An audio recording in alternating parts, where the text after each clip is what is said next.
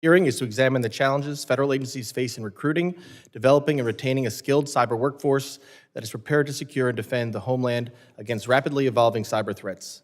Specifically, this hearing will identify strategies and solutions to bolster and expand a capable cyber workforce, including by examining the effectiveness of ongoing federal efforts. Fortunately, Chairman Green is unable to join us today due to a death in the family, so I will be presiding over this hearing in his place. I now recognize myself to read Chairman Green's opening statement on his behalf. Experts predict that by the end of 2024, a cyber attack will strike every 13 seconds. That's 6,822 attacks a day, or about 2 million by the end of the year. It's easy to believe those predictions by looking at where we are today. Whether it's Chinese-backed Volt Typhoon infiltrating our critical infrastructure, or major ransomware attacks such as the Change Healthcare breach, today's complex and growing cyber threat landscape has brought America to an inflection point. To stay ahead of our adversaries, we must improve our cyber defenses. Throughout our history, America's best defense during any conflict has been its people. Our fortitude, work ethic, and dedication make us resilient in the face of any threat. Therefore, increasing competition in cyberspace is not and cannot be different. The challenge is too big for the public and private sectors to address alone, and our cyber professionals must be equipped with the right tools and skills and offered the right incentives to succeed. It is alarming, then, that our nation is suffering from such a major cyber workforce gap. We currently need at least 500,000 cyber professionals if we hope to protect and defend our way of life. Now, that's just not any 500,000 people. We need 500,000 skilled, talented cyber workers dedicated to contending with the threats of today while preparing for the threats of tomorrow. During World War I, walls were papered with an iconic poster of Uncle Sam pointing his finger at every passerby declaring, "I want you." It was a call to action that was born out of a time of national crisis, and it was a call that Americans answered. We find ourselves in a similar moment today. Our nation needs a capable cyber workforce to defend the digital infrastructure we depend on daily. We need Americans in critical areas like cloud computing, artificial intelligence, machine learning, and zero trust. We need students with fresh skills and bright ideas. We need tenured professionals with deep-seated expertise. We need mid-career individuals who are inspired to enter the cyber field and have the zeal to learn new skills. And we need Americans to fill entry-level positions that shouldn't require a 4-year degree. America's need for cyber talent is the greatest within the federal government. Agencies are facing some of the toughest threats in recent history, each with mounting sophistication and frequency. While agencies work to protect themselves from threats such as malicious insiders, supply chain exploitation, and commercial spyware, they are also protecting, mitigating, and defending against these threats for state and local organizations, small businesses, and civilians. This is a large mandate for such a small ranks. So why are we having trouble bringing talented cyber workforce into public service? Defending our networks requires us to examine this question closely. There are a few key issues at play that I hope our witnesses will discuss further today. While cybersecurity positions are coveted and pay above average levels in many cases, federal cybersecurity pay is just not high enough to compete with similar private sector positions and attract the right talent. Additionally, federal agencies experience an acute skills gap because agencies have historically valued 4-year degrees over practical experience. This has unnecessarily narrowed the pool of prospective hires to those who may not have on-the-paper knowledge, but not the requisite competencies. Federal hiring practices compound the issue, often resulting in a bureaucratic, burdensome process that misaligns what agencies say they need with what they actually need. Finally, while career pathways into federal cyber jobs are improving, this simply isn't happening fast enough. The pathways are few and notoriously slow. While much more is needed to be done, both sides of the aisle have recognized that a robust and prepared cyber workforce is at the core of protecting our cybersecurity interests. In 2017, President Trump issued an executive order on strengthening the cybersecurity of federal networks and critical infrastructure, which addressed the growth and sustainment of a skilled cyber workforce. In July 2023, the White House released the National Cyber Workforce Education Strategy, which outlines a roadmap to expand the national cyber workforce, including bolstering access to cyber education and training. Federal agencies have also taken this challenge upon themselves. For example, NSA's National Centers of Academic Excellence in Cybersecurity collaborates with academia to encourage cyber competency development among students and actively engage in solutions to cyber workforce challenges. This program has become the gold standard in cybersecurity education, which is why I think it is important we codify it into law. While my NDAA amendment was not included this year to do just that, I am now exploring other pathways. As an Army veteran, it's Mr. Green, not me, I believe an ROTC-like program would be an effective and rewarding way to build a prepared cyber workforce across the federal government. Although we have programs that fall into this category today, such as Cyber Corps Scholarship for Service program, we must maximize and scale these efforts, improve retention, and potentially establish other ROTC-like programs quickly to fill a specific skills gap and critical positions. As chairman of the Committee on Homeland Security, I know that protecting the cyber border is just as important as our efforts to secure our physical border. This is why accelerating the United States' efforts to address the cyber workforce gap has been my top priority this year, so much so that I will soon be introducing legislation to grow our cyber workforce and sustain a steady pipeline each year.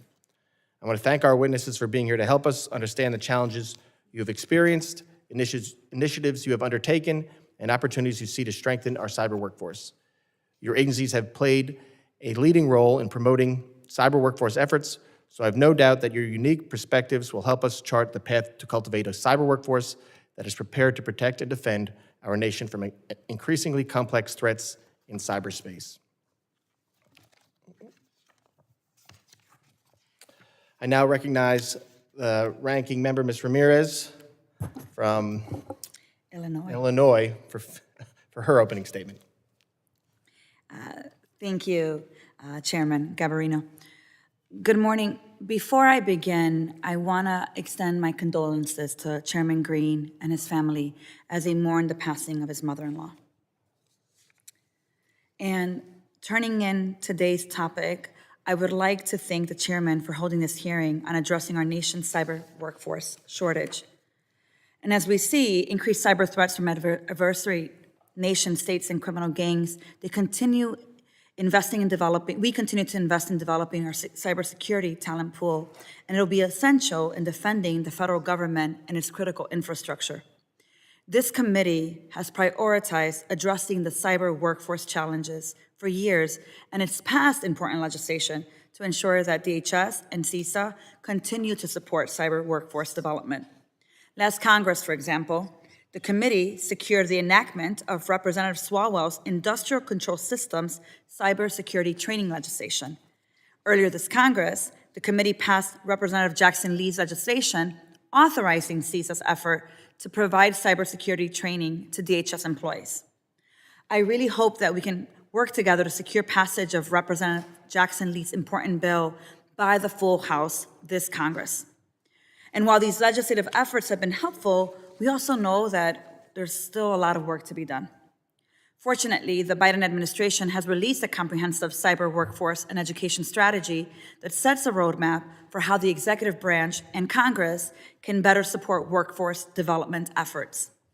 Considering the wide range of federal agencies, state and local governments, and private entities involved in cyber workforce training and education, this is the kind of leadership from the White House that is critical to ensuring that we have a coordinated, we have a whole of government and whole of nation effort. I'm glad to see the administration's new report on the workforce strategy implementation, and I do look forward to hearing more today about how the implementation is going and how Congress can support this very critical effort. In particular, I support the administration's commitment to skill-based hiring and efforts like DHS's Cyber Internship Program. I look forward to working with DHS and many of my colleagues here to authorize a Cyber Internship Program available to individuals from high school through grad school so that we ensure that the department continues to develop its next generation of cyber talent. And I appreciate that the federal government has some unique challenges in recruiting and retaining top cyber talent. When the federal government must compete with the private sector that we know offers higher pay and more flexible hiring, we know the federal government risks losing skilled cyber security practitioners. And so I look forward to hearing from the Department of Defense and Homeland Security today on how we can address this challenge. I also hope to hear what authorities Congress can provide to ensure the federal department agencies responsible for leading our cyber defense have the talent necessary to keep our nation secure. And as we consider efforts to address our cyber workforce gap going forward, there are some key points that I want to make sure that we're keeping in mind.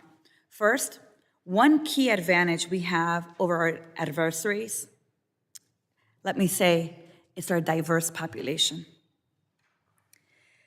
To fill cyber workforce positions, we have to focus on outreach to women, to people of color, to rural populations, and others who are not adequately represented currently in the cyber workforce.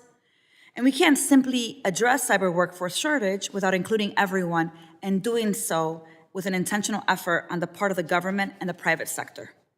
That is why Ranking Member Thompson authored legislation to establish a DHS Intelligence and Cybersecurity Diversity Fellowship Program, and I'm glad to see the diverse young people who've already participated in the program. We must continue to build and expand on similar efforts to bring more people from all walks of life into the federal government's cyber workforce. Additionally, we have seen rapid technological advances in recent years with the growth of artificial intelligence, showing how the skills necessary for cybersecurity are constantly evolving. We must ensure that our cybersecurity training efforts reflect the latest skills and that our cybersecurity workforce continues to receive adequate training throughout their careers. AI will not solve our cyber workforce shortage, but it will change how cyber defenders do their jobs. So education and training programs have to reflect that reality. Keeping these considerations in mind, I hope that our committee can work together in a bipartisan way to expand and to strengthen our cyber talent pool. Our witness expertise will help inform our efforts, and I look forward to your testimony. Before I close, however, I do want to extend the committee's well wishes to Congresswoman Jackson Lee as she battles pancreatic cancer. As a long-standing member of the Cybersecurity and Infrastructure Protection Subcommittee, Congresswoman Jackson Lee has been a leading advocate for strengthening our nation's cyber workforce, and I look forward for her continued advocacy on this important issue. Chairman, I yield back. Thank you, Ms. Ramirez, and I share your thoughts with and our prayers with Ms. Jackson Lee. She is a great member of the subcommittee that I chair. Always has great questions and very thoughtful ones, and sometimes ones I wish I came up with myself. So we all wish her a speedy recovery. Other members of the committee are reminded that opening statements may be submitted for the record. I'm pleased to have our distinguished witnesses before us today. I ask that our witnesses please rise and raise their right hands. Do you solemnly swear that the testimony you'll give before the Committee on Homeland Security of the United States House of Representatives will be the truth, the whole truth, and nothing but the truth, so help you God? Let the record reflect that the witnesses have answered in the affirmative. Thank you. Please be seated. I would now like to formally introduce our witnesses. Mr. Eric Heisen serves as the Chief Information Officer for the Department of Homeland Security. CIO, Mr. Heisen is responsible for strategically aligning the department's information technology, personnel resources, and assets, including security, infrastructure, and delivery to support core DHS missions and activities.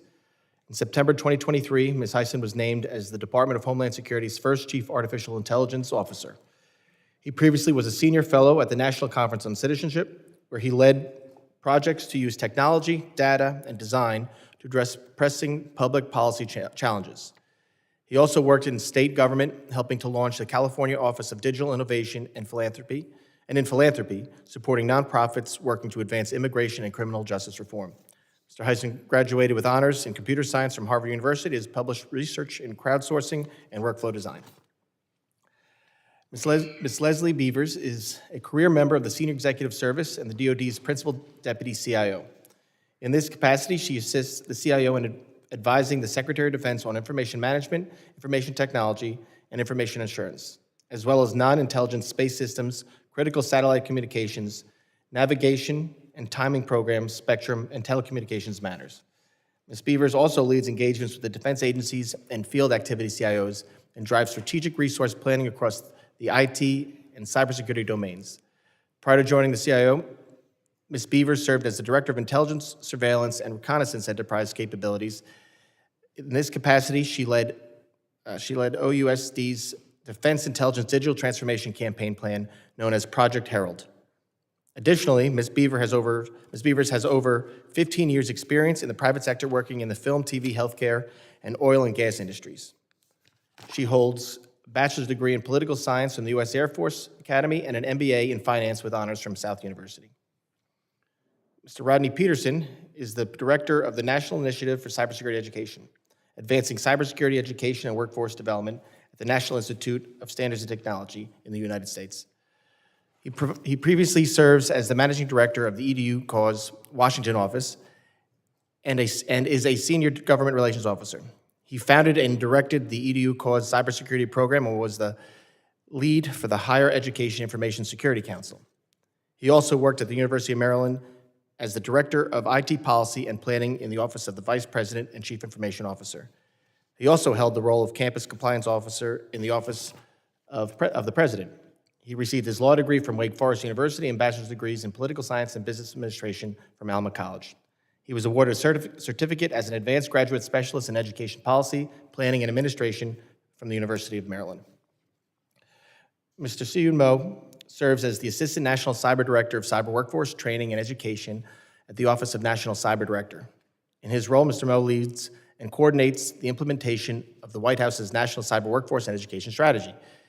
He believes in taking a holistic view, doctrine, people, and technology to make advancements in cyber workforce and digital safety awareness. Mr. Mo is an expert in the intersection of cybersecurity, technology, and national security with 18 years of experience spanning tech development, policymaking, and political campaigning. Thank the witnesses for being here today. I now recognize Mr. Heisen for 5 minutes to summarize his opening statement. Chairman Garbarino, Congresswoman Ramirez, and distinguished members of the committee, thank you for the opportunity to testify today. Every day, over 8,000 cybersecurity professionals across the Department of Homeland Security put their skills to use defending our nation. CISA threat hunters search proactively through networks to identify and stop suspicious activities. Secret Service agents investigate complex cyber-enabled financial crimes. Teams from Homeland Security Investigations catch perpetrators of child sexual exploitation through cutting-edge digital forensics techniques. And our IT specialists across the department work to secure our own networks, systems, and data and stay ahead of our adversaries. Our cybersecurity professionals are deeply talented and dedicated to serving their country, but they are too few. The department has nearly 2,000 vacancies for cybersecurity positions and struggles, like every government agency, to recruit and retain talent in an incredibly competitive field. I have dedicated much of my career to this challenge. After working as a software engineer in Silicon Valley, I left the private sector to co-found the United States Digital Service, which has now recruited hundreds of technologists for government tours of duty. There, I saw how recruiting and retaining tech talent in government requires a comprehensive approach, actively recruiting out to communities, particularly those underrepresented in our field, to build awareness of public service pathways, leveraging flexible compensation and hiring authorities, streamlining our hiring and onboarding processes, and building a culture that fosters innovation and collaboration. Today, I will highlight how we are working to do each of those things in support of our own workforce. In November of 2021, DHS launched the Cybersecurity Talent Management System, or CTMS, a transformational effort that offers hiring processes, compensation systems, and career progression that are far closer to what I was used to seeing in Silicon Valley than to traditional federal HR. Since its launch, we have received nearly 25,000 applications, issued over 345 offers, and currently have 189 employees at all levels working in my office, CISA, and FEMA. While CTMS is delivering significant results, its rollout was not without challenges. It took us too long from receiving the authority to launch the program and begin hiring under it, and our initial rate of hires has been slower than expected. We are learning from these efforts and continuously improving CTMS to position the department for long-term success. In addition, we have established a variety of internship and fellowship programs to create pathways for students and early career professionals, including the Secretary's Honors Program, Cybersecurity Internship Program, and Intelligence and Cybersecurity Diversity Fellowship. These programs have welcomed hundreds of participants to date and are building the future of our cyber workforce. We are also building innovative programs to attract talent in critical cybersecurity enabling fields, such as AI and emerging technologies.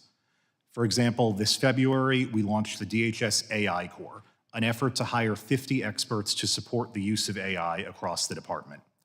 We've seen incredible interest so far and are well on our way towards this hiring goal, with new AI Corps members coming from top technology companies and from across government and civil society.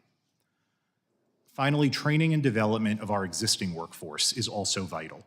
We are building a DHS IT Academy to create standard technical orientations for all new employees, develop a rigorous training and rotation program for entry-level hires, and offer upskilling opportunities for employees to learn new and emerging skills. These programs are just some of the tools we are using across DHS to strengthen our cybersecurity workforce. There is no single initiative or policy to address all workforce challenges, and every organization that relies on this talent across the public and private sectors is similarly looking at a combination of efforts. I look forward to our continued partnership with Congress to enable us to attract and retain talent in this incredibly competitive market. Thank you for the opportunity to testify today. I look forward to your questions. Thank you, Mr. Heisen. I now recognize Ms. Beavers for 5 minutes to summarize her opening statement.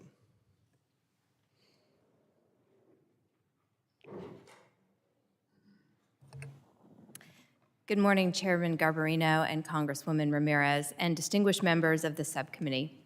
Thank you for the opportunity to address you today on an issue of critical importance to our national security, the Department of Defense's efforts to cultivate and strengthen our cyber workforce. As the Principal Deputy Chief Information Officer, I lead a team dedicated to providing strategic direction, oversight, and technical expertise to secure and modernize the Department's information technology, enhancing warfighting, command, control, and communications, and cultivate a digital workforce. Each of these missions is critical to our warfighters and would be impossible without the right people. The Department of Defense must adapt to emerging threats and develop a skilled workforce to tackle national security challenges in the global landscape.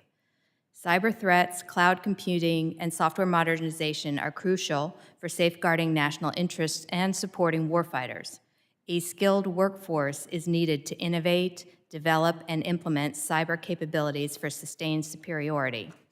Last year, the Department of Defense released the DoD Cyber Workforce Strategy, developed in coordination with various components, the Joint Chiefs of Staff, U.S. Cyber Command, and the military services.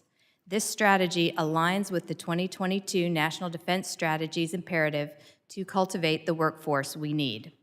The strategy identifies a pressing need for a cultural shift in managing the department's most valuable asset, our people, and laid the groundwork for a nationwide transformation in cyber education through collaboration among academia, employers, and government leaders. It also creates an opportunity for innovation in the department's approach to recruiting, training, educating, and certifying our workforce. The strategy aims to achieve success through regular workforce capability assessments, talent management programs, cultural shift, and partnerships to enhance operational effectiveness and career growth. A keystone effort within the cyber workforce strategy is the Cyber Defense Workforce Framework, which is a catalog of cyberspace skills and roles needed across the department. This framework helps us identify and focus on critical, hard-to-fill specialties, recognizing that it will evolve as it adapts with technology. We are also excited about our newly established Cyber Academic Engagement Office, which will be the consolidated focal point for cyber-related activities carried out between the department, academic stakeholders, and in the future with federal partners such as the Department of Education, NIST, FBI, and DHS's Cybersecurity and Infrastructure Security Agency to collaborate on cyber education programs for the benefit of the whole of government. We also have educational initiatives like the DoD Cyber Service Academy, which offers scholarships and grants to bolster the nation's cyber workforce and grants scholarships to non-DoD students enrolled in national centers of academic excellence in cybersecurity, as well as to DoD civilians and service members pursuing master's and doctoral degrees. In 2024, the Cybersecurity Academy awarded it recruitment scholarships to 174 non-government students supporting their studies in cyberspace-related competencies. To that end, the Department of Defense actively participates in the Office of the National Cyber Director's Federal Cyber Workforce Group. We align our cyber workforce strategies in partnership with the Department of Homeland Security and the Department of Commerce to ensure a whole-of-government approach. DoD understands that interagency collaboration not only establishes standards for cyber across the federal government, it also facilitates the development of professional competencies that define future cyber work in the government and the private sector alike. We're reevaluating cyber education and certification, acknowledging that traditional college degrees are not always necessary. DoD is exploring faster routes to cybersecurity qualifications. With the Department of Labor, we're creating the Federal Cybersecurity Apprenticeship Program to set standards for critical roles. By partnering with the Undersecretary for Acquisition and Sustainment, DoD CIO is promoting registered apprenticeship programs to diversify our workforce and remove educational barriers. This approach aims to bring in skilled workers through non-traditional paths. The Department of Defense is committed to strengthening our cybersecurity posture through the development and management of a highly skilled cyber workforce. A cultural shift in managing the department's most valuable asset, our people, is underway. Thank you for the opportunity to testify this morning. I look forward to your questions. Thank you, Ms. Beavers. I now recognize Mr. Peterson for 5 minutes to summarize his opening statement. Thank you, Chairman Garbarino and Congresswoman Ramirez and members of the committee. I am Rodney Peterson. I am the director of the NIST program office at NIST, and I'm pleased to testify before you today. I want to briefly share 3 stories. Devani Nelson started her journey into the cybersecurity field after experiencing a series of personal and career setbacks as a single mom. She eventually chose to pivot careers from biology to cybersecurity, and an organization provided her essential financial support along the way to enable her to complete her education and eventually acquire a good job as a junior cybersecurity engineer in a healthcare company. Jimmy Mihanovic left high school before completing his diploma and for the next 10 years worked hard, physically demanding shifts as a commercial truck driver. As a result of the impact of the pandemic on the trucking industry, which coincided with the death of his father, who had worked in IT, Jimmy completed a cybersecurity certificate program on weekends while continuing to work. After acquiring that credential, Jimmy received a good job as an information security associate with a financial services company. Shane Wallace, who grew up in a military family, enlisted in the Army as a combat medic. He concurrently pursued a degree in healthcare administration. He held various leadership roles, oversaw complex logistics operations, and spearheaded crucial medical initiatives. His passion for technology led him to complete a training program on cloud computing for transitioning veterans that led him into a good job as a junior engineer.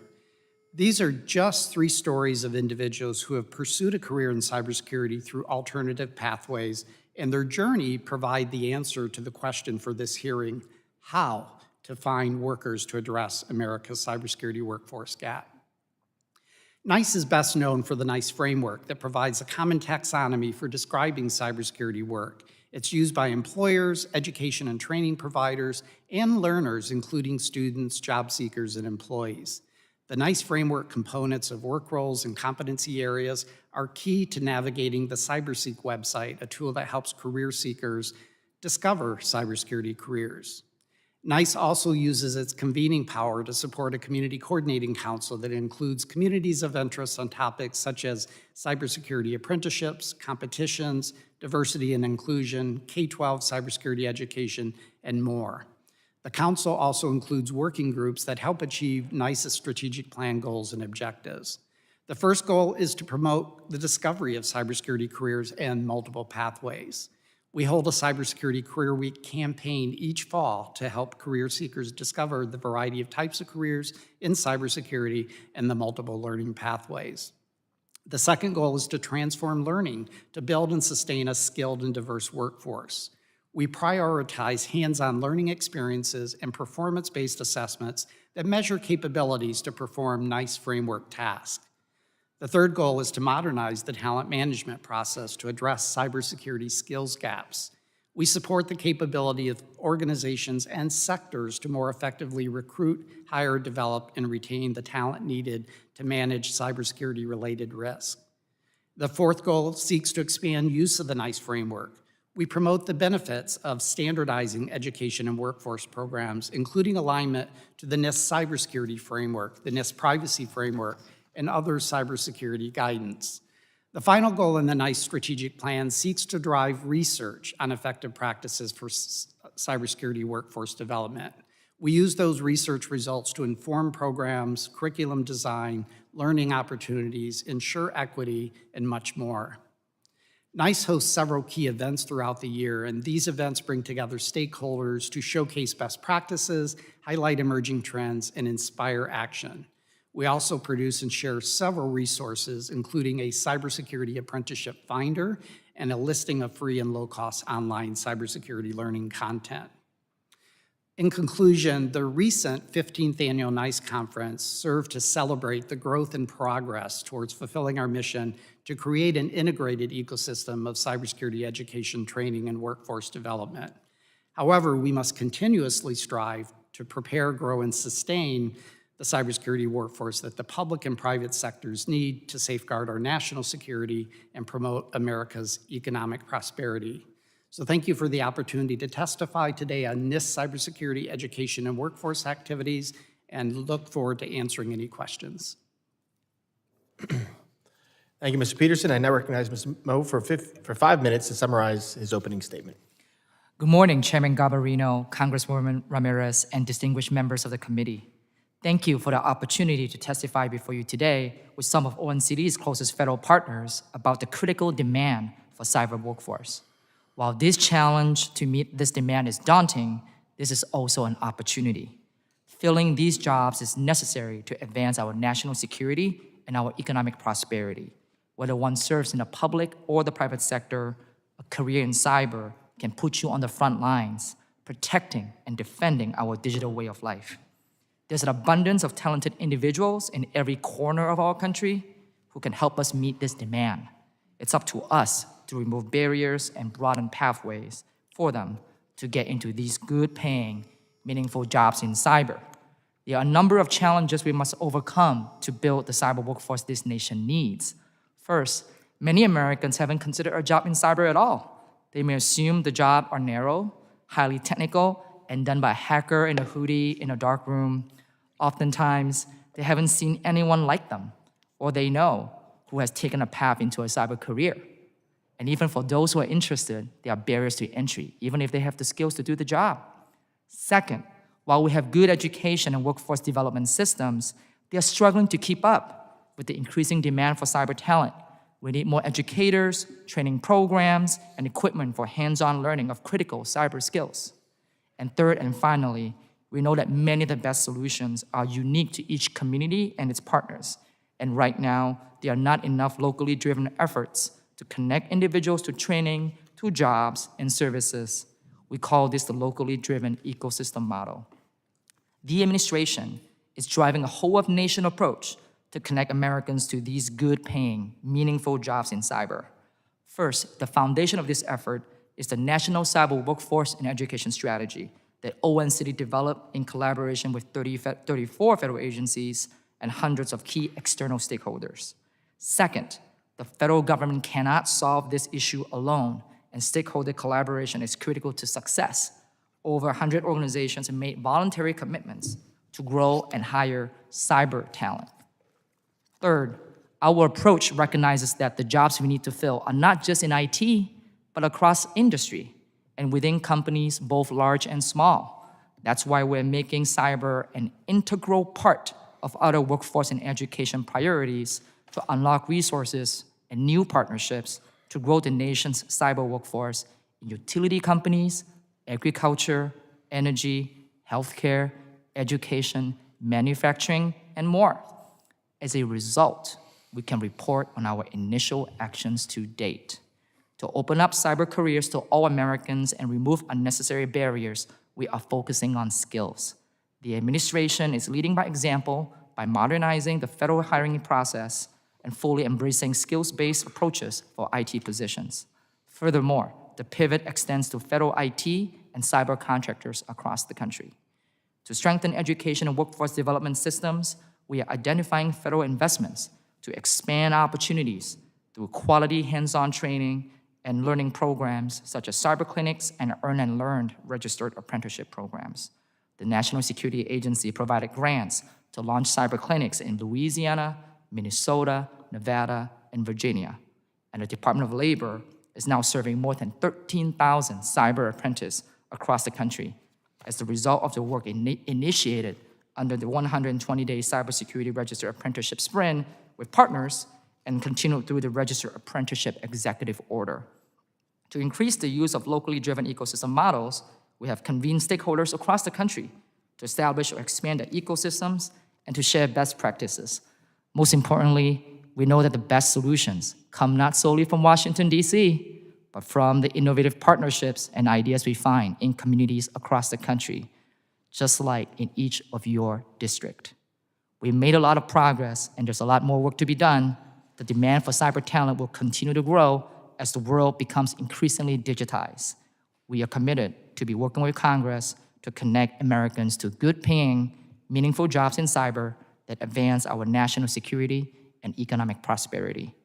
Thank you for the opportunity to testify today, and I look forward to your questions. Thank you, Mr. Moe.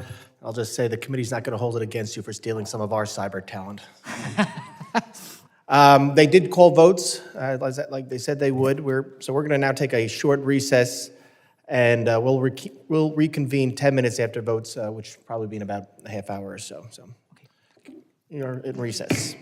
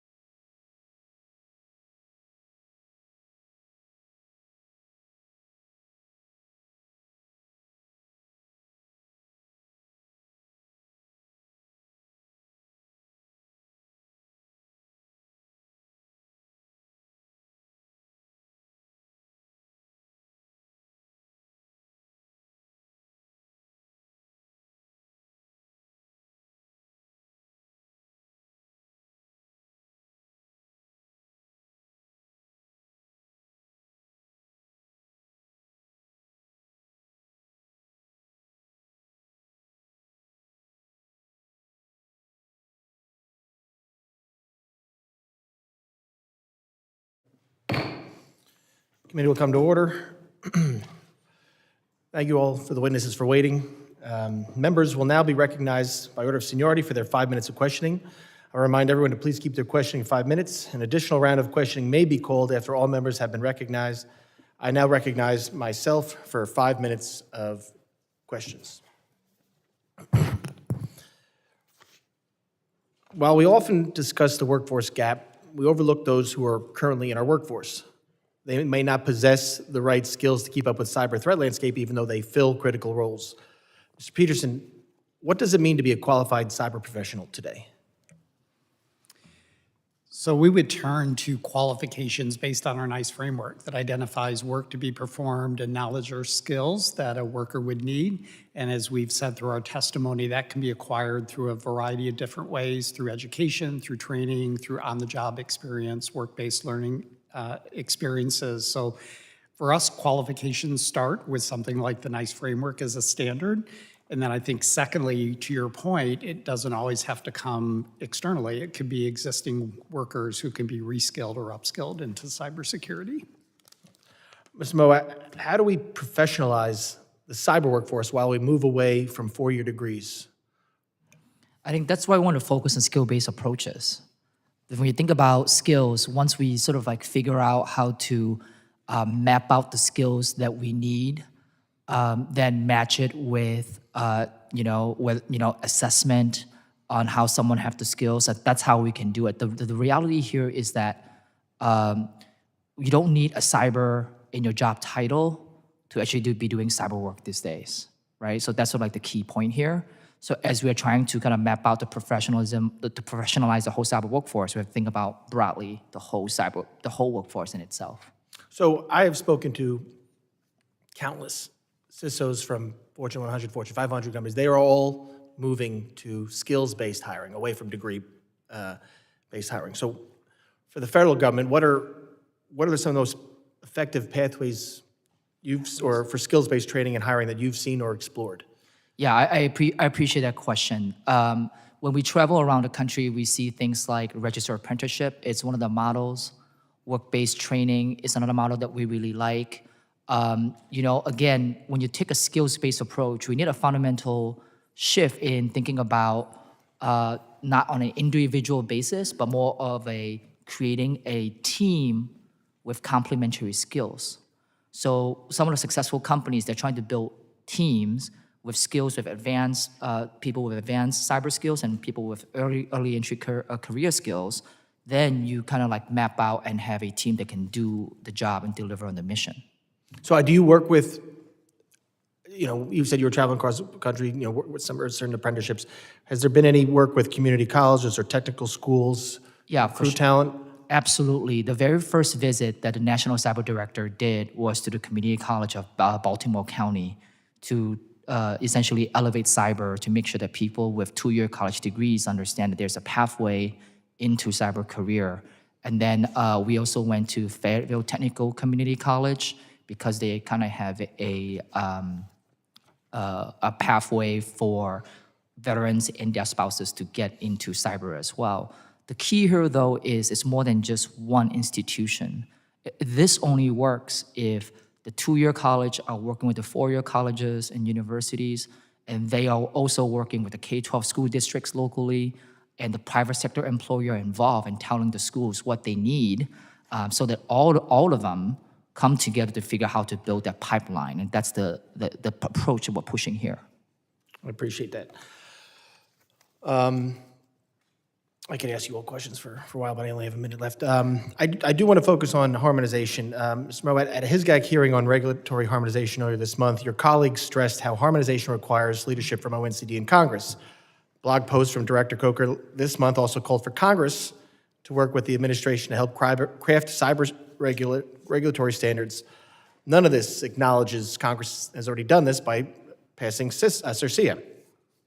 I'm concerned that the White House is not pushing back enough against duplicative regulation at odds with congressional intent, particularly as the SEC since introduced its cyber incident disclosure rule, which only adds to compliance, leads to public disclosure of sensitive information, drives talents away. I have heard people say that their cyber teams have plenty of burnout, and CISOs are leaving because they are now possibly facing personal liability. Why is ONC urging Congress to act on cyber harmonization when we already have done so? Thank you for that question, Congressman. Harmonization is definitely a big part of what ONCD is working on right now. But my remit in the office is implementing the National Cyber Workforce and Education Strategy. I'm happy to work with you and our legislative team to find you the right person to get the answer that you deserve. I will take that on the record and get back to you. I appreciate that. Just repetitiveness. Back to the administration. No more cyber rules. Harmonization, please. I now recognize the ranking member for 5 minutes of question. Thank you very much, Mr. Chairman. And at the outset, let me, in the chairman's absence, express my condolences to his family. Let me welcome our witnesses to the hearing today.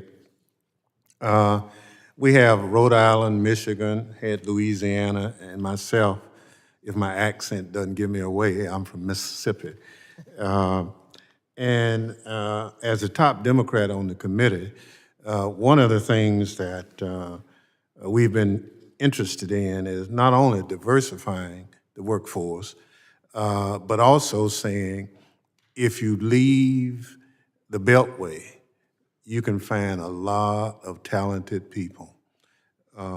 We have 100 plus historically black colleges in America, some of the finest kids that I know, but you gotta recruit at their schools, just like, you know, you do inside the Beltway, so to speak.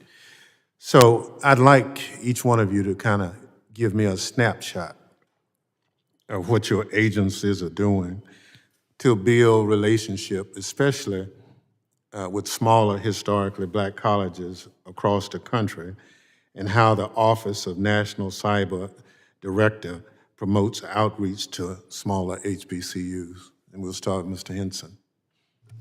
Thank you, Ranking Member. I completely agree with you on the need to expand our outreach far outside the Beltway.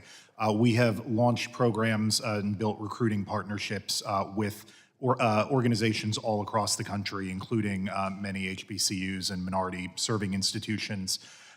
That has helped populate the ranks of the Intelligence and Cybersecurity Diversity Fellowship Program, our Cybersecurity Internship Program, and our entry-level cohort since the Cyber Talent Management System with a wide range of individuals.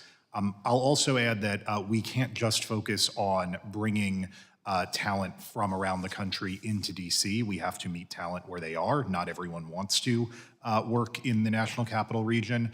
We have stood up offices in other areas, including one in Mississippi, where we have our legacy data center, but as we have moved to the cloud, we have focused on expanding our cybersecurity hiring out of that center in Stennis, Mississippi. Have another one in Arizona as well, and are looking to build on that effort. Thank you. Ms. Beavers? Thank you, Ranking Member. The Department of Defense has over 450 schools as part of our National Cybersecurity Academic Excellence Program. They are primarily state schools, and we have expanded that into including the two-year non-degree programs, the two-year degree programs, I should say, as well as a number of scholarships that we have been promoting to bring in non-traditional workforce. We also have a pilot underway that is promising. It's a little early to report too much detail, but we started with about 50,000 non-traditional cyber potential employees, got that curated down to about 6,000 that were qualified and interested. And the most exciting part is this was from populations that had not been part of the DoD pipeline before. So there is work to be done, but we have been very aggressive in expanding our recruiting over the years and building out that academic cooperation to include the recent stand-up of our Cyber Academic Engagement Office that I just signed last month per the NDAA from 24. So we will be having more information on this in the future, and I can take for the record to bring back specific numbers if that is what you're looking for. Mr. Peterson? Yeah, thank you for that question. So at NIST, we have a summer undergraduate research fellowship program called SURF, and I'm pleased to report that one of those SURF students is with me today from Hampton University, an HBCU. It's one of many ways that we actively recruit and try to involve students from minority-serving institutions. We also have a program called Professional Research Experience Program, or PREP, and that is a grant program with several different institutions, including MSIs. And I, again, currently have a couple students working with us from Morgan State University that are PhD students. And then finally, because of our commitment to diversity and inclusion and the very question that you asked, this fall in October, as part of Cybersecurity Awareness Month, our Cybersecurity Career Week will be doing an event targeted, particularly at HBCUs, to make sure those students are career ready and faculty and advisors are available to support them. Thank you. Mr. Moe? Real quick is that for us is that we're trying to remove barriers and broadening pathways, which means we have to meet people where they're at. So we've been to Norfolk University, which is an HBCU in Virginia, and then we invited about 10 to 12 HBCUs to learn about how to become and get designation for this NCAE program. And on top of that, we are also leaning heavily with our ecosystem stakeholder partners. Those are the ones who engage with the 450 NCAE schools, the 104 SF Scholarship for Service schools, who would actually get the students be interested in cyber. And some of those commitments are about giving hands-on experience and learning to the students in those minority-serving institutions. Last week, and National Cyber Director was just in Tulsa, and a few weeks before we were in Tucson at Pima Community College. Thank you very much. Mr. Chair, I ask unanimous consent to submit into the record a statement from the International Federation of Professional and Technical Engineers on AI and workforce. Without objection. I yield back. Gentleman yields back. I now recognize the gentleman from Alabama, Mr. Strong, for 5 minutes of questioning. Thank you, Mr. Chairman. Ms. Beavers, as you know, employers in defense industrial base prefer applicants with experience and a security clearance. The Cyberforce Incubator program at the University of Alabama in Huntsville recruits hundreds of students per year, nominates the students for security clearances, and places the students into internships on Redstone Arsenal and within the defense industrial base. Ms. Beavers, how does your office leverage university-based workforce development programs like this one at UAH?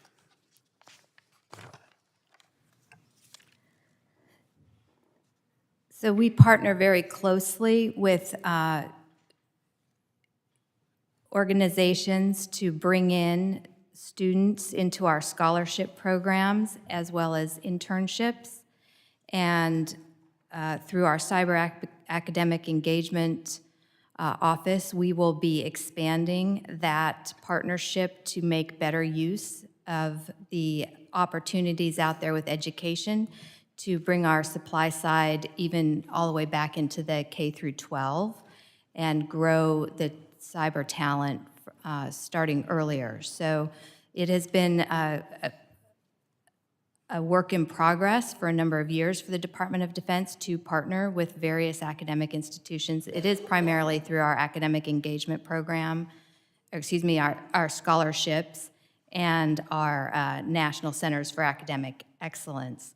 So we're looking forward to really building out our academic engagement, because we think of the defense industrial base is a great feeder for capabilities into the Department of Defense. We need a similar type of very robust feeder to bring talent into the Department of Defense from the cybersecurity perspective as well. I'd agree with you 100%. We actually have a statewide cyber high school in Huntsville, Alabama that's been very successful. And then if you go back just to the local schools there, having science and starting at the high schools and doing internships has proven very beneficial to our industrial base. Mr. Peterson, I understand that the National Institute of Standards and Technologies, National Cybersecurity Center of Excellence, has a requirement to develop guidance related to the cybersecurity and privacy of genomic data.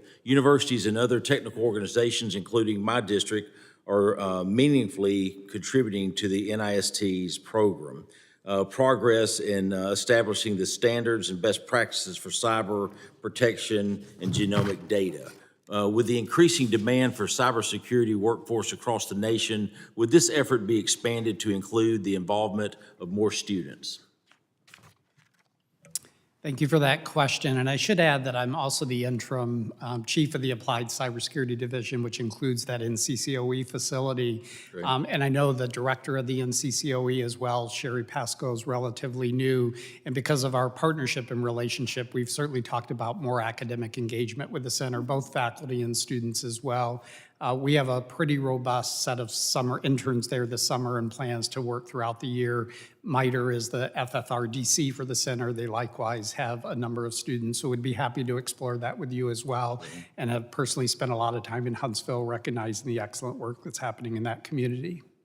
Thank you. My family recently moved there 8 generations ago and has never left. And as you know, Huntsville is the tip of the spear, and we want to be sure that we get the right folks working in the environment. And cybersecurity is a critical situation. We also have the cyber piece of the FBI currently under construction in Huntsville, where we'll be adding another 2,500 jobs that will do nothing but make Huntsville even stronger. Mr. Chairman, I yield back. Gentleman yields back. I now recognize gentleman from Louisiana, member of the subcommittee on cyber, Mr. Carter. Thank you, Mr. Chairman. Thanks to all of us. We're investing over $60 billion annually in cybersecurity. Face significant shortages in trained personnel. Given this, it's clear that none of our protective systems, whether standards, technologies, or regulations, can be effective without well-trained workforce. Isn't it imperative to address this critical gap? And can you tell us measures that you're taking, particularly with HBCUs across the country, junior colleges and community colleges that have a plethora of individuals that may or may not be aware of the opportunities in cyberspace? Mr. Hazen? Thank you, Congressman. We are actively focused both on training and developing our existing workforce, as well as building and strengthening partnerships with academic institutions, including HBCUs. We also know that it starts earlier than entering college, that we are, through CISA, building partnerships to support K-12 curricula for cyber education across the country, and have trained thousands of educators this year to date there as well. As we are partnering with academic institutions, we've been focused on expanding our entry-level pathways, knowing that it is more important to bring in talent that is committed to growing and learning, and then building out robust training programs through the IT Academy that we are establishing at DHS to rotate entry-level talent throughout the department, give them those experiences and new skills to help them become productive members of our workforce. Thank you. If everyone could just hit it real quickly, we got a little bit of time, but I'd like to just hear, if you have something to add there, that's fine. If you don't. I'll go. So ONCD is working on increasing the number of HBCU to get the designation for National Cyber Center of Academic Excellence in Cybersecurity. So we're doing that in partnership with the White House Initiative on HBCUs. So what we're doing is we're trying to share some of the information with the HBCU administrators so that they know how to kind of get the designation. Do we actively have recruiting and job fairs on college campuses across the country to encourage young people? 100 years ago when I was in undergraduate school, I remember there was always some type of job fair going on, whether it was the FBI or whatever different agencies would come in and meet with juniors and seniors to encourage them to potentially. We absolutely do, and I will absolutely defer to my colleagues here on some of the examples of what we are doing.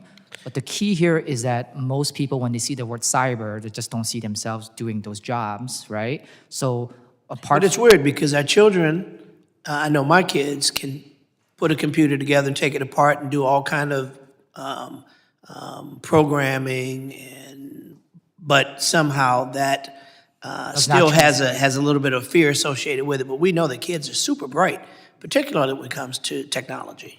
Which is why it's even more important to, a hearing like today elevates the cyber career and jobs, right? So I think it's up to all of us to be able to go to each and every single individual, even talk to some of the parents about this type of opportunities for them. Ms. Beavers, how are candidates for state and local offices utilizing AI tools to enhance their campaigns despite concerns from experts and lawmakers about potential generative AI attacks on elections? And equally as important is how are we combating against the nefarious actors who are using AI to portray something that isn't real in the way of someone's likeness or voice? Congressman, I'd like to defer to my distinguished colleague, Mr. Eisen. Certainly. Happy to take that, sir. Yes, sir. So, Congressman, I agree with your concerns on generative AI in elections. It's an area that CISA is working on actively with state and local election administrators. We need to better train our election administrators on how to reach out to their electorates. We provide no-cost training to thousands of state and local election administrators across the country. Overall, generative AI today, I look at as a problem of scale. Video and voice impersonation was possible before generative AI. It is just easier and faster with the tools that are available. One of the areas that I think is particularly promising is looking at content authenticity and making sure that as government officials, as candidates, we can label the information we are putting out as authentic to make sure that it's more difficult to impersonate. Thank you. My time has expired. Thank you, sir. Gentleman yields back. I now recognize the gentleman from Texas, Mr. Pfluger, for 5 minutes. Thank you, Mr. Chairman. I appreciate the witnesses for being here and talking about this issue. I represent Angelo State University. It's a cyber center of excellence. They've taken steps in partnership with NSA and other government agencies to start developing the workforce in a way. Here's why this is important to me. When we think about the areas that provide that type of workforce, I think one of the big areas that is really missing is rural America. And that's why I'm passionate about what President Ronnie Hawkins is doing. Former retired three-star general from the Air Force, led DOD in its effort to transform the cyber side of our warfighting domain. And I'd like to hear really from each of you, how can a school like Angelo State, a rural serving institution with 12 to 14,000 students throughout the entirety of its programs, how can they be successful? And what's the advice or what's the vector that they need to go and other institutions like them to provide this workforce for our country? And we'll just start and go down the line. Absolutely. Thank you, Congressman. And I strongly agree on the importance of building relationships with rural communities and pathways into public service. Participating in the NSA Centers for Academic Excellence in Cybersecurity is a great start. We're a proud partner with the NSA on that program. I would also say for any training institution right now, recognizing the pace of new developments in this field and ensuring that we are training our workforce not on any one specific technology that may be out of date very quickly, but on how to stay current, how to leverage increased automated and AI-based systems, and how to really stay on top of new and emerging threats is the most important thing these organizations can be doing. Thank you. Ms. Beavers? So I think leveraging the great work that's being done on the cyber workforce frameworks that have been built that actually identified the qualifications and the skills, and then also exploring opportunities for outreach and fun events that the DoD sponsors, like hackathons and things like that, to really increase the student body's excitement about getting involved. Mm-hmm. And so I think and encouraging internships would be my recommendation. Which I know that they have focused on that. By the way, they're a minority serving institution, mostly Hispanic population that comes from our area in West Texas, and they really are proud of that work because they're sending good young men and women into the workforce. Mr. Peters? Yeah, so I'm a product of rural America, so I have a soft spot for what it means. And I would just add to the discussion about community colleges. Most community colleges are in rural areas or serving rural populations as well. In addition to the focus of this hearing on the demand, the 500,000 cybersecurity workers, there are a lot of other demographics that are working against us, like declining birth rates and the aging of Americans and the like. So we've run a series of webinars this year really focusing on underserved and underrepresented populations, starting with rural America, because there's lots of universities. We had the chancellor of the University of North Dakota system speaking about what they're doing across their vast state that is very rural, and a lot of tribal organizations as well. But specifically to the point, I think there's also a statistic about people tend to stay where they go to college or where they grow up. So the pandemic has opened up opportunities for remote work and telework and more flexible opportunities where they may be able to stay in their rural community but work, for a company or a government organization across the country. So I think part of the challenge and opportunity is to open up also more of those remote opportunities that maybe previously didn't exist. It's a great point, and something that we're also working on, which is extending broadband and access to these communities, and there are several committees doing that. We'll leave you the last word. Well, I actually met Charlotte from Angelo State. She invited me to join the Mayor's Cup That's in fantastic. San Angelo. I would say I was one of the people who sent her congratulatory email when the program got a CA designation. And the key thing is here is that we need to start elevating people's work. A lot of people are doing good work. I think the role of ONCD and the White House is to elevate some of this work so that we can plug them into the ecosystem that they need, right? It's not about just one institution. I don't want folks at Angelo State to think that they are the only one that has to do it all on their own. We want to plug them into the ecosystem, get private sector employers involved, get the state and local government involved, so we can all do this together. That's a great point, and I hope that if you have not made contact with President Hawkins and Angelo State, that you will, because they are doing an amazing job, and they're not the only ones, but they also have an Air Force base there, Goodfellow Air Force Base, that does intelligence, and a lot of that intelligence has to do with the issues that you were talking about. I know time has expired. Thank you, Mr. Chairman. Gentleman yields back. I now recognize the gentleman from Michigan, Mr. Teneter, for 5 minutes of questions. Thank you, Chairman and Ranking Member, for this important hearing, and thank you for our witnesses. Mr. Hyson, you mentioned about 2,000 or so cyber security positions being open. How many independent contractors does the department currently hires? Congressman, I don't have an exact number, but it would be certainly in our IT contractors number in the many thousands. On an average, what is their compensation? We compensate our contractors for services, not individuals. In some cases, though, individual IT and cybersecurity personnel can make more working on a contract. In some cases, they are making more in government. So any attempt made to recruit these independent contractors on a long-term employment basis in public service? It's a great point and something we're actively focused on. We're leveraging the cyber talent management system to look at areas where we need more federal technology expertise in our workforce. We've done that with our Network Operations and Security Center, where we have been rebalancing what was predominantly a very contract-heavy workforce and are now adding in additional levels through these new hiring authorities of federal personnel. It's something we're looking to expand. Okay. Now, I understand United States has a shortage of cybersecurity experts. Is that the case with other countries, especially? What do we know about China? Are they hurting for cybersecurity experts like United States is? I can't speak to that in particular. I will say in my conversations with our allies and my peers in those countries that they have similar challenges. But we also, through DHS, are looking at and committed to expanding pathways to high-skilled immigration so that we can continue to attract the best and the brightest around the world to our country.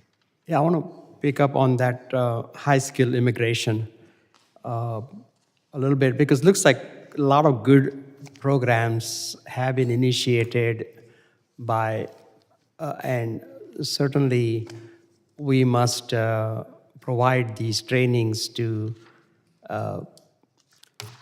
candidates in the United States domestically to train and develop these skills, encourage Americans to enter into these jobs.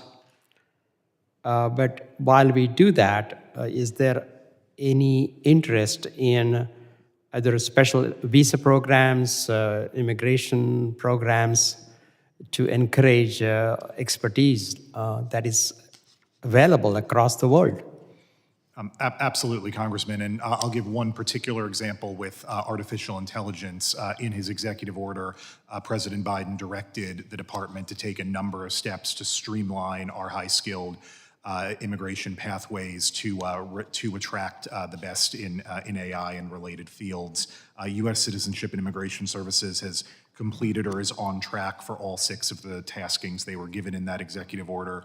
That includes simplifying and streamlining our processes, as well as publishing standard information to make it easier for AI talent around the world to understand pathways into the United States. Well, currently our immigration system is so broken. Many skilled workforce, and I have spoken with many CEOs of technology companies, and their frustration is that it takes forever through the country quotas and the long lines that getting these skilled workforce to get the right visa, whether it is a H-1B visas or their green card, this process is taking years, if not decades. And that's hampering our ability to hire talent. What can be done to streamline some of this broken immigration system? I completely agree, and fundamentally, we at the department look forward to continuing to work with Congress, where ultimately we need to see many of these reforms. We are doing everything we can to streamline processing within the bounds of current law. With H-1Bs, for example, this year for this H-1B cycle, we launched new technologies and a new online process that makes it easier and faster for companies and individuals to apply for those visas and for us to process them. So we're doing everything that we can within the confines of law. All right, thank you so much. And I yield back. Gentleman yields back. I now recognize the gentleman from Mississippi, Mr. Zell, for 5 minutes of questioning. Thank you, Mr. Chairman. And thank you for holding this very important meeting, and thank you all for being here today. My district is home to several community colleges and higher education institutions that are leading the charge in bringing students into the cyber workforce. Mississippi Gulf Coast Community College hosts the Mississippi Cyber Initiative, which is a group of public and private organizations that support over 15 law enforcement agencies and Keesler Air Force Base cyber-related activities. I think we can learn a lot from these similar programs, as I know there's been some discussion about that today. Mr. Peterson, despite these programs and similar programs that you mentioned in your testimony, we're still facing a severe shortage of cyber workers. With the current programs in place, do you have any estimate how long it's going to take to fill 500,000? I know that's a big question growing in this. Any idea how long it's going to take for us to fill that gap? So unfortunately, I don't have the crystal ball to tell you how long, and I think sometimes the answer is not how long or how many, but what are enterprises doing to managing their risk? And that's something certainly NIST is very committed to giving cybersecurity and privacy risk management frameworks that allow organizations to take the combination of technology, processes, and people to minimize their risk. I think the numbers in and of themselves don't really indicate the activity that's happening at the organizations or how new and emerging technologies may help to fill that gap. So the estimate is really not in time, but really in focus on what's going to minimize the risk of an enterprise. Thank you. I'd kind of like to focus a little more on our national security implications. Even though cybersecurity jobs are well paid and offer high levels of job security, I think the lack of public awareness plays a role in our current workforce shortage. Mr. Peterson, what can Congress and institutions like this one in my district do to enhance public awareness and encourage students to see cybersecurity as a vital role in defending our country? Well, Congressman, I'm pleased to say I actually visited Gulfport Community College last year, and they were hosting an event along with the Department of Commerce and the Department of Education on raising the bar. And what was impressive to me is how they brought together the stakeholders, not only locally, but across the state and across the region, to really focus on the opportunities that exist not only at community colleges, but in local communities to help individuals who are, quite frankly, below the poverty level have a career and opportunity in cybersecurity. And some of the stories I shared at the beginning are just one of the many ways that individuals can come into a cybersecurity career thanks to the efforts of community colleges like the one in your district. Yeah, we've really worked hard to try to get that off the ground and keep people interested, you know. So, Ms. Beavers, with the current gap, I imagine that the Department of Defense, DOD, has to hire independent contractors. Do you have any idea how many independent contractors DOD has hired to alleviate the gap, and how much do they get paid? Congressman, we have in the neighborhood of about 60,000 contractors within our cyber workforce within the Department of Defense. And like my distinguished colleague mentioned, it's under a contract. Right. So I would have to get back to you for average income. Sure. I understand that, but, you know, I know we could save some money if we could get regular folks hired, working full-time doing that. And you know, let's all try to do our part. I want to do everything I can to support you. You know, being my background in law enforcement is working in partnership with the community colleges and the military is just very important to us. And with that, Mr. Chairman, I yield back. Thank you. Gentleman yields back. I now recognize the gentleman from Rhode Island, Mr. Magaziner, for 5 minutes of questioning.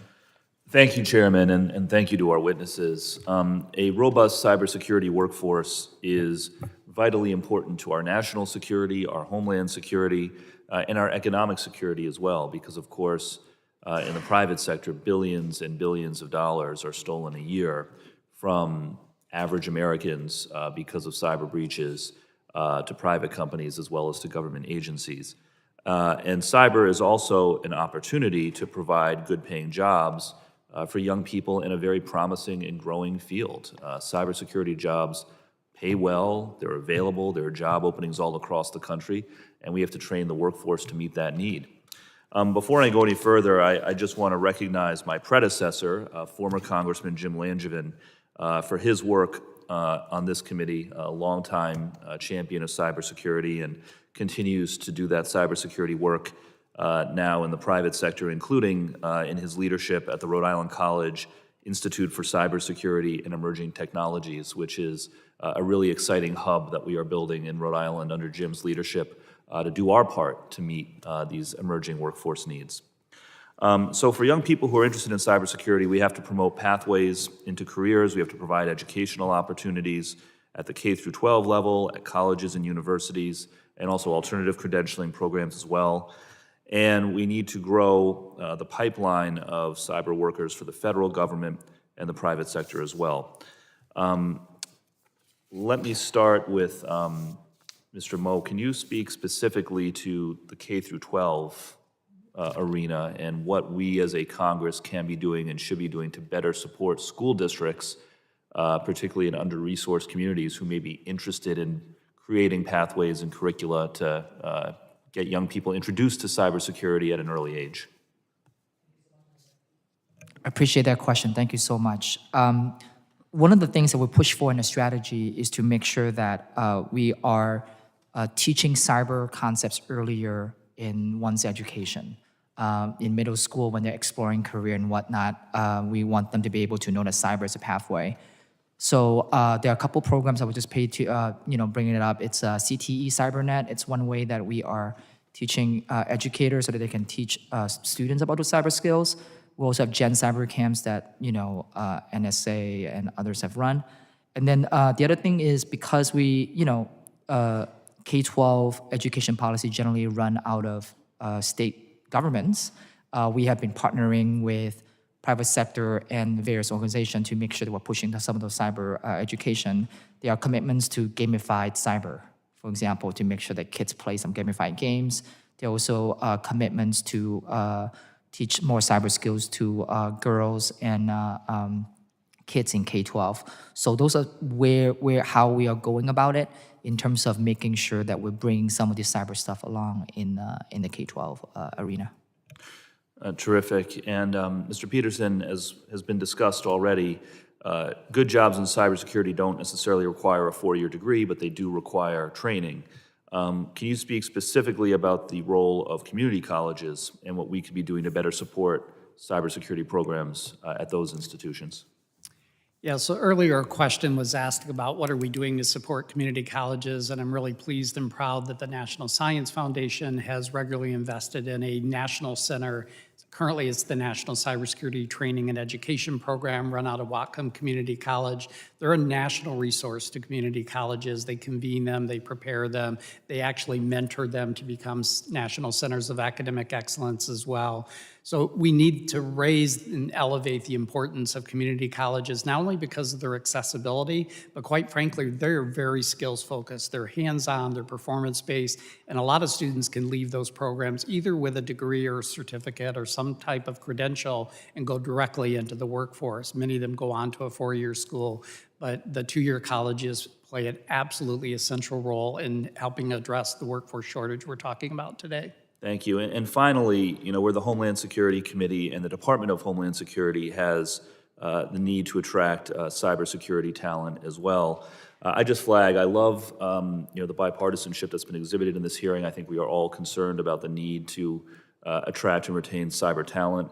I will flag that in the Homeland Security Appropriations Bill that we are going to be considering on the floor later today, my colleagues across the aisle are proposing a $2 million cut to Mr. Heisen's office relative to last year and $6 million below the administration's recommended amount. So I just suggest that perhaps we revisit that. This is a time to be doubling down on these recruitment efforts. And Mr. Heisen, if you can just talk about what you need in order to be able to recruit cyber talent to DHS. Thank you, Congressman. And the President's budget for fiscal year 25 does include those investments in my office and across DHS.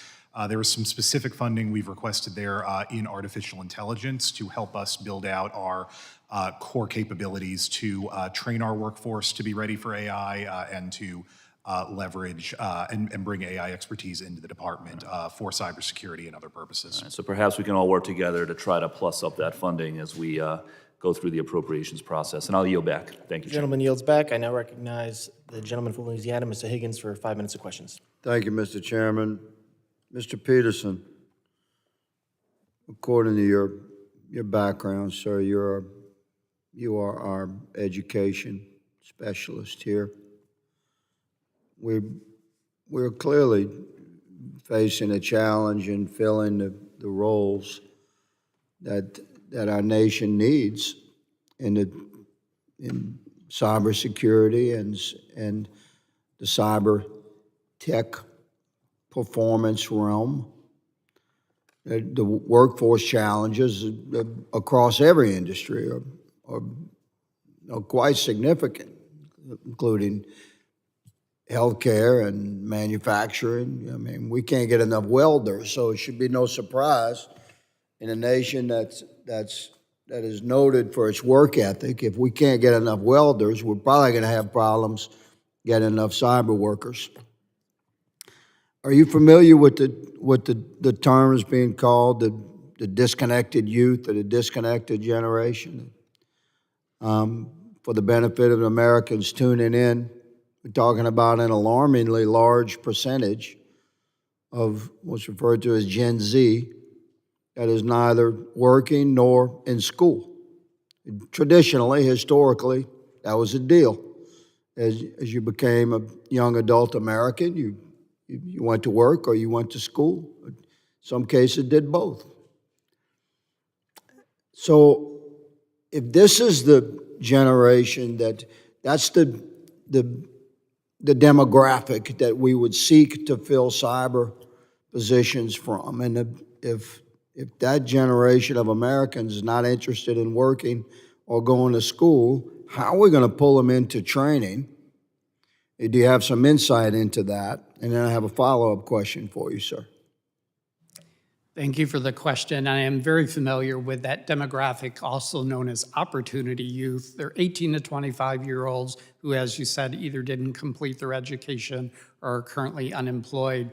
I think that is one of many populations that we consider underserved or underrepresented that we need to target and lift up. You know, this is not a problem that's solved just by getting rid of four-year degrees. We need people with two-year degrees, four-year degrees, but we also need to address the needs of that population you described who need mentoring, they need opportunities. Registered apprenticeships, as we've already talked about, may be a great foot in the door for them to get some workplace experience and have a job opportunity. But that is a very much critical population, not only for cybersecurity, but for other skilled trades that we need across the country to make sure we're helping to support those individuals. So with your background in education and your position with the National Initiative for Cybersecurity Education, what would you recommend to Congress, sir, and to this committee? How could the legislative branch use Article I authorities to work with our sovereign states and our educational institutions at every level, certificate and collegiate level, educational opportunities for this generation of Americans that we're going to have to rely upon to get engaged in the cyber workforce? What would you recommend?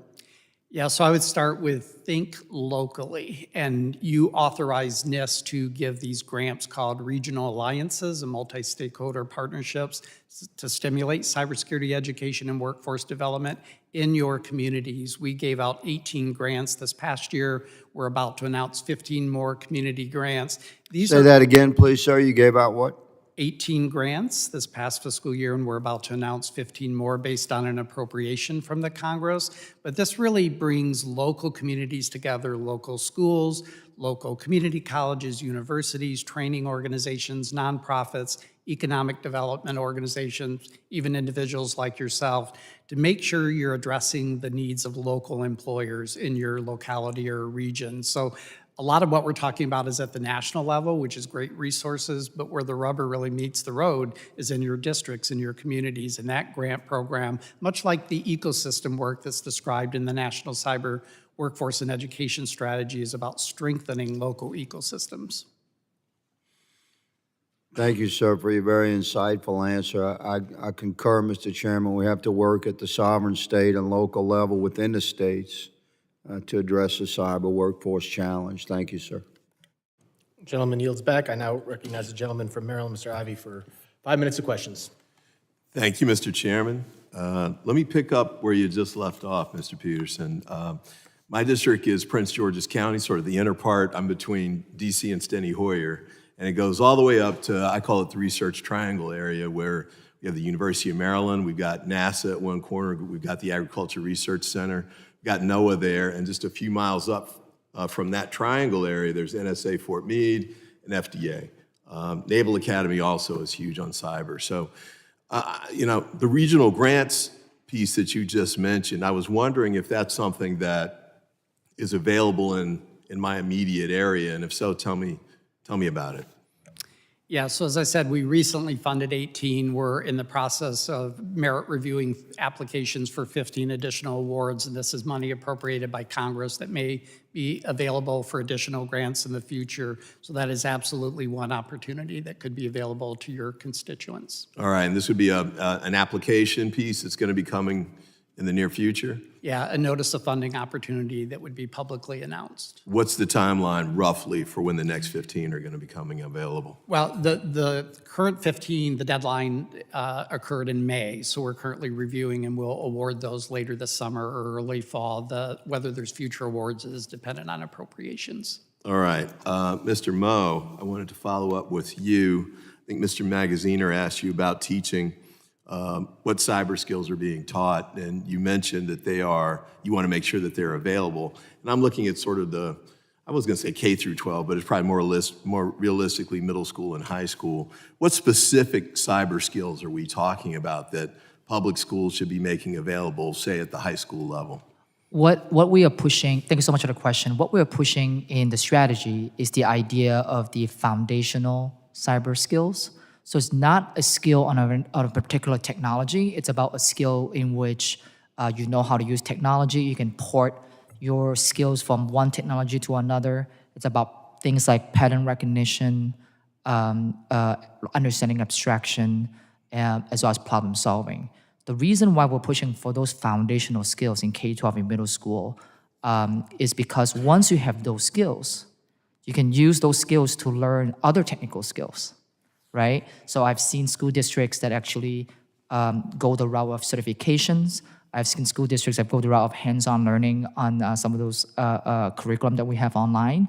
But for us to be able to future-proof our workforce and make sure that we build a dynamic workforce, they can use any sort of technology in the future, we need to push foundational cyber skills. All right, so those would be coming through, just to really try and narrow this down, math and science classes that are offered? Or and math, science, there are like career technical education curriculum sometimes, depending on the pathways of the schools locally. So those are where those skills are generally taught. Okay, and are there particular programs that are available, maybe not in my district, but it's anywhere in the country, where they actually they were put together with this in mind to prepare students to be able to go into this line of work and develop these specific skills? Right now, a lot of those are done through, CTE CyberNet has a way to kind of teach some of those cyber skills, and they, by the time they get to the student, it's about like problem solving with technology. And the CTE, is that available at the high school level, or is that the middle school and high school level? Middle school, okay. Then I did have a question about the contractors piece, because I think somebody said there's 60,000 contractors. Is that what you, Ms. Beavers? Yes, Congressman. Okay, so I'm looking at a document here that's put out by the state of Maryland that says that cybersecurity and information security jobs do not yet have a defined standard industrial classification number. And I wanted to know if that is the case for the federal government or not. So the Department of Defense has been on this journey for nearly 15 years now to actually categorize and classify. I got 40 seconds. So I will have to take that for the record. I think that is our best estimate. Let me tell you why I'm asking. In part because I want to make sure that from a contracting standpoint, we want diversity about students and the like who get a chance to obtain these skills. I also want to make sure there's diversity with the opportunity to get the contracts. And so if you have the codes in place, that's one of the ways that the government monitors and can track how the contracts are being made available and whether they're being done in a diverse way or not. So if you can get back to me, if you could give me a written response on that, and if you could give me a general sense too of, and you're with DOD? What DOD? She nodded for the record. Yes, Congressman. Flashback to trial. If you can give me a sense too of what the Department of Defense is doing to make sure that it's making outreach efforts to make sure that there are diverse opportunities for contractors and that there's a diverse field of contractors that are providing the work for the federal government. And thank you for your indulgence, Mr. Chairman, and I yield back. Gentleman yields back. I now recognize the gentleman from New York, Mr. Diaz-Mazito, for 5 minutes of questioning. Well, thank you, Mr. Chairman, and thank you all for being here this afternoon. I guess right now, almost 85% of federal cyber positions are telework eligible. While I don't always agree with everyone working from home, obviously it's a reality that we are all dealing with. Obviously, it's something that CISA has leveraged. So, Mr. Hyson, how does DHS ensure that there are strong cybersecurity practices upheld for the remote workforce? Thank you, Congressman. It's been something that has been a new and evolving challenge since the beginning of the COVID-19 pandemic. We have updated our annual required cybersecurity trainings for all employees to make sure that they are incorporating safe cybersecurity practices for telework and remote work. Among other things, that includes things like thinking about and being aware of smart devices that are in your workspace that may be recording, as well as looking at the security of your home network. We will continue to do that. Okay. Now I'm going to take it a little bit closer to home. Unfortunately, on Long Island, where both Mr. Garbarino and myself, Mr. Lalota, Mr. Swazi represent, we have witnessed successful cyber attacks that have greatly disrupted not only local government, but obviously the quality of life for the people that we serve. And it's clear that both the public and the private sector are having issues with filling all of the cybersecurity roles that are currently open. So this is really for any of you. How do these workforce issues extend to and impact, like I mentioned, local municipalities and leave them open to an attack such as the one I referred to? I can say, I think we see that, those challenges every day through our work, largely through CISA with state and local governments. It's one of the reasons why when we developed our new state and local cybersecurity grant program, which launched 2 years ago, we made developing state and local cybersecurity workforce a key element that we are looking for municipalities and state governments to apply for funding for. Okay. I was also excited to see the newly released Commerce, Justice, Science, and Related Agencies Appropriations Bill. There was funding that I requested for an updated IT system for the Nassau County Police Department to help them prevent from future cybersecurity attacks. Bolstering our systems is obviously one thing that, again, those local municipalities can do to guard against cyber attacks. What are some of the, and this is again for any of you, what are some of the short-term solutions for these localities that us as Congress can work towards to help our cyber workforce? Thank you so much for that question. I think registered apprenticeship, it's one way to do it because it allows people with the potential to do the work to also learn on the job. One of the things that we want to make sure is that we have those quality pathways, and then we also have, we can then match folks who are interested to do the work where we need it to be. The other option is cyber clinics. We have funded 4 cyber clinics so far from the federal government. Cyber clinics, as a clinic model, allows students who are in college today to also practice those skills and have those hands-on experience while helping the public, in this case, private and local government as well. And the cyber clinics that you referenced, how do you do the outreach, or is that funding that's provided to an organization, or how is the outreach to get individuals onto those clinics? Right now, it's done on a cyber clinic by cyber clinic basis. Okay. And then, that's where we kind of come in. We're trying to kind of make sure that everyone is coordinated and, make sure that as part of the cyber clinic, they reach out to their students. Okay. To get more students, as well as each cyber clinic sort of have their own mission. And for us is to kind of influence the mission, make sure that they, serve a particular constituencies that we need them to be. So. And how has the attendance, so to speak, been to the first 4 clinics that you've supported? We just started that funding, so, Okay. I can take that back for the record and perhaps provide your office with that information. That'd be great. With that, my time's expired. Mr. Chairman, I yield back. Gentleman yields back. We are going to now, I'm going to start a second round because I can, of questions. Mr. Heisen, I want to follow up. My colleague from New York just asked you about this. You talked about the state local grant program. Has that money, the first round of that money, gone out yet to the states? Chairman, my understanding is that it is the $185 million that we allocated in fiscal '22 that has started to go out, but it's a program that my office doesn't directly administer, so would have to follow up for more details. Let's follow up, because I believe the money has gone out to the states, but I don't know how much of the actual grants have gone to to the localities, the counties, the towns who really face the problem. They can't afford to have a CISO. And my county in Suffolk County in Long Island got hit with a major cyber attack. And if you can follow up and let us know where that money is, how far it is in going out to the actual people it's supposed to go to, that'd be great. I greatly appreciate it. Thank you. I also, Mr. Tyson, I want to focus on your testimony highlights the strides DHS has made in hiring through the Cybersecurity Talent Management System, or CTMS, and the department announced yesterday that the first 10 hires for its first 10 hires for AI Corps. In this committee's February hearing with Secretary Mayorkas, I sounded the alarm over CISA's lack of operational technology or OT staff. A GAO report in March found that CISA has only 4 employees and 5 contractors on hand to respond to attacks on OT infrastructure. I believe you have made some hires since then, specifically for OT, but can you tell me what DHS is doing specifically to attract OT technical staff?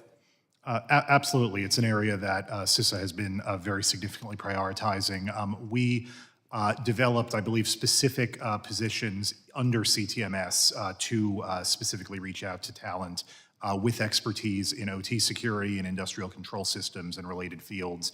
I know we've had several rounds of solicitations, and I do believe we brought some staff on board. Now, you have CTMS, which was meant to streamline the hiring of cyber workers, work through exemptions from that many of the other federal hiring go through. Can you tell me under the CTMS how many employees have been hired under CTMS and how many are still going through the traditional process? I have a number here that says by 2023, CISA had only hired 80 people through CTMS while still making majority of its 516 hires through the traditional process. What is DHS doing to make sure that CTMS is being utilized more so we can get people onboarded? Yes, and that number is for CISA's own hiring. We're at 189 across my office, CISA and FEMA today. CTMS is not going to be the answer for every position. Traditional Title V hiring will still play an important role. That's why we're looking to streamline through leveraging direct hire authority from OPM and other sources of traditional hiring. But we are pushing to aggressively expand CTMS. We have are working to bring it on board with additional components. We are also looking across the offices that are already using it to expand utilization for some of their existing hires. Okay.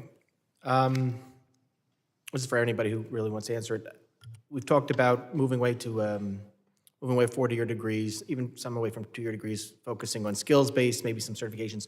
Is there a role for the federal government to coming up with a approved list of certification courses or programs or curriculum, so not just the federal government, but states can use it, companies can use it as a basis for, all right, these are the type of certifications, this is the type of skills that we want to see. Is that something that the federal government should be coming up, that we should be coming up with? Or is that really not the role for the federal government? And anybody, just jump in. Ms. Rowe, you want to go? Go ahead. Yeah, I appreciate that question. What I would say is that technology is changing so fast. By the time, if we go through some form of a process, the skills that we'll be looking for, as well as the type and the curriculum would have changed, right? So that's why when we think about skills-based, sometimes it's not even about the specific skills, right? It is about the specific skills, which is what the framework is providing us. But the approach itself gives us a new way of thinking about this. And that is, we just want to make sure that folks have the basic skills to learn new additional skills. I know we don't want to be the be-all, and I know because passing legislation or doing regulations takes forever, and this moves very quickly. But, a lot of people don't know where to start. Not everybody has a CISO. I mean, is it worthwhile for us to come up with a base minimum standard, or and maybe not legislatively, but have CISA come up with a minimum standard or minimum, these are the things you should be looking for, these are the certifications you should be having. Mr. Hyson, you can jump in. Chairman, I believe that aligning to the NIST framework is the right way to do that. As my colleague said, I think these specific certifications are changing so rapidly, but I do think saying that we need certifications or other demonstrations that candidates meet baseline skills with some flexibility to apply that in different ways would be most valuable. I appreciate it. My second 5 minutes is up. I now recognize the ranking member, Mr. Thompson, for 5 minutes of questions. Well, thank you very much, Mr. Chairman. And kind of in line with the chairman's questions, historically, the federal government's long, cumbersome hiring process has undermined its ability to recruit cyber talent. Clearance processes and suitability assessments, in particular, created unacceptable delays between offers and onboarding, and sometimes by the time you make the offer, that person's no longer available. So what are your agencies doing to expedite onboarding of cyber talent? And I guess as a second piece to it is, how is ONCD supporting these efforts?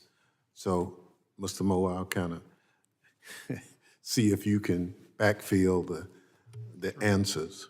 I'm intimately familiar with those challenges, Ranking Member. It starts with administration-wide initiatives like the Trusted Workforce 2.0 effort that is streamlining suitability and security clearance processes government-wide. We're seeing great results through the early stages of implementation. But we're also actively looking to streamline which positions actually need a clearance. If you're not going into a SCIF looking at classified material, we shouldn't be holding up your hiring on that. So we have been looking to reduce requirements, expand the use of interim clearances at both the secret and top secret level, which can be issued faster as well. Another key element of CTMS is that it keeps candidates in a ready talent pool so that when we have vacancies arise, we can reach out to candidates that have gone through the first stages of their assessment process already, and then just start from there, which can significantly reduce time to hire. So technically, it's not one size fit all. Absolutely. Okay. Ms. Beavers? The Department of Defense has a similar program, the Cyber Accepted Service, which has some direct hire authorities, which enables us to bring folks in quicker. We've also revised our hiring policies to eliminate the time and grade requirements and the previous grade requirements, so it's skills-based. But there is additional work that could be done to help us expedite that with greater flexibility in salaries and things like that. So we are still continuing to work on reducing the time to hire, particularly within this valuable workforce. So we have made a little bit of progress in terms of the security clearance times, right? So the average numbers for top secret went from 411 to 155 days, and for secret went from 173 to 53 days. PAC has set a very aggressive target that they are executing on for top secret to be 45 days and secret to be 25 days. But if you take a step back in terms of like the whole hiring process, there's a clearance, but there's also like how we can move faster together in interagency.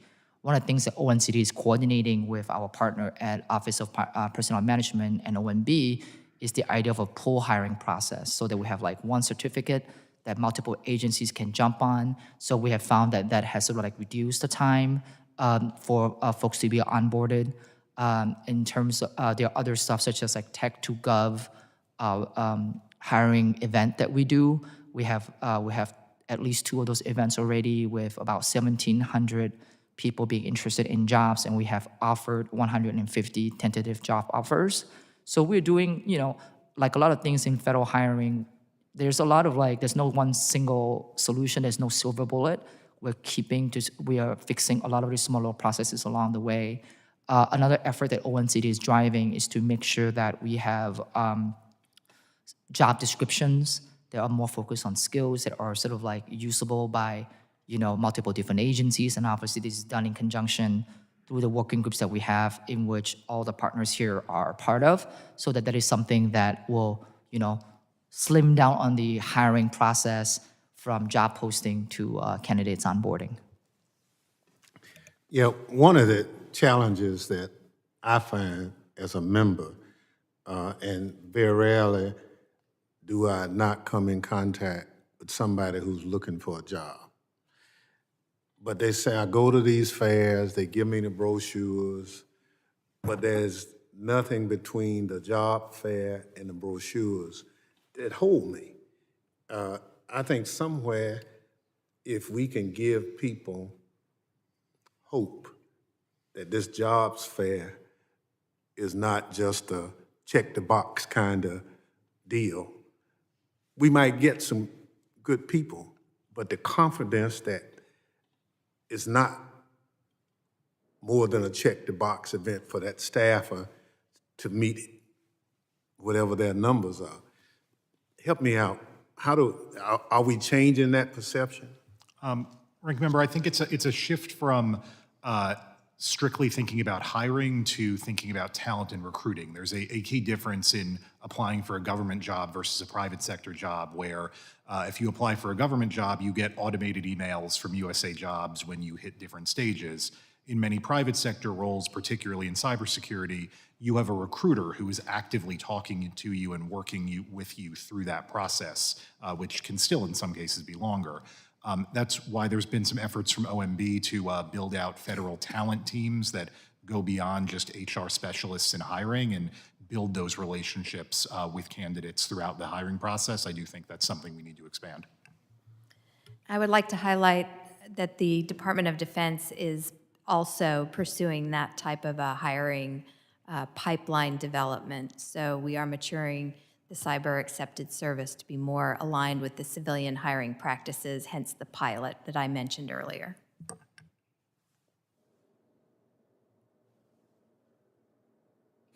I just think that we have to meet people where they're at. A lot of times, you know, some of the success stories that we've heard is because the professors told the students that, yep, the process takes longer, but once you kind of get the job and get the clearance as you're an intern, that's how we kind of pull some of the people in. So a lot of times it's about educating our stakeholders and partners on the ground that this is real, right? Then there's some accountability, that some relationship and partnerships are being formed, and that's what ONCD is trying to do when we kind of go around the country to talk to those folks.